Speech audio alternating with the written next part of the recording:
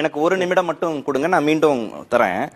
திப்பு சுல்தானின் ஆதரவாளர்கள் வேண்டுமா, ராமர் மற்றும் ஹனுமனின் பக்தர்கள் வேண்டுமா அப்படின்னு கேட்கப்பட்டது கர்நாடக தேர்தல்.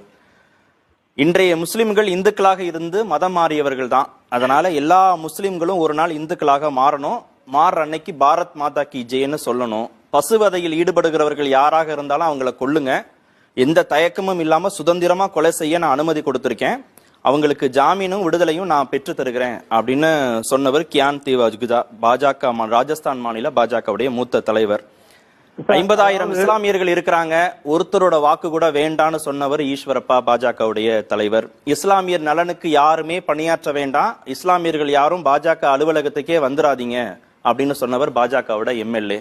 லவ் ஜிகாத் செய்வது கலாச்சாரம், அவங்க கலாச்சாரம், நாம் அதனை ஏற்கக்கூடாது. லவ் ஜிகாத்திலிருந்து பாதுகாத்துக் கொள்ளுங்கள். உங்கள் வீடுகளில் கூர்மையான ஆயுதங்களை வைத்திருங்கள். ஆயுதங்கள் இல்லாட்டா காய்கறி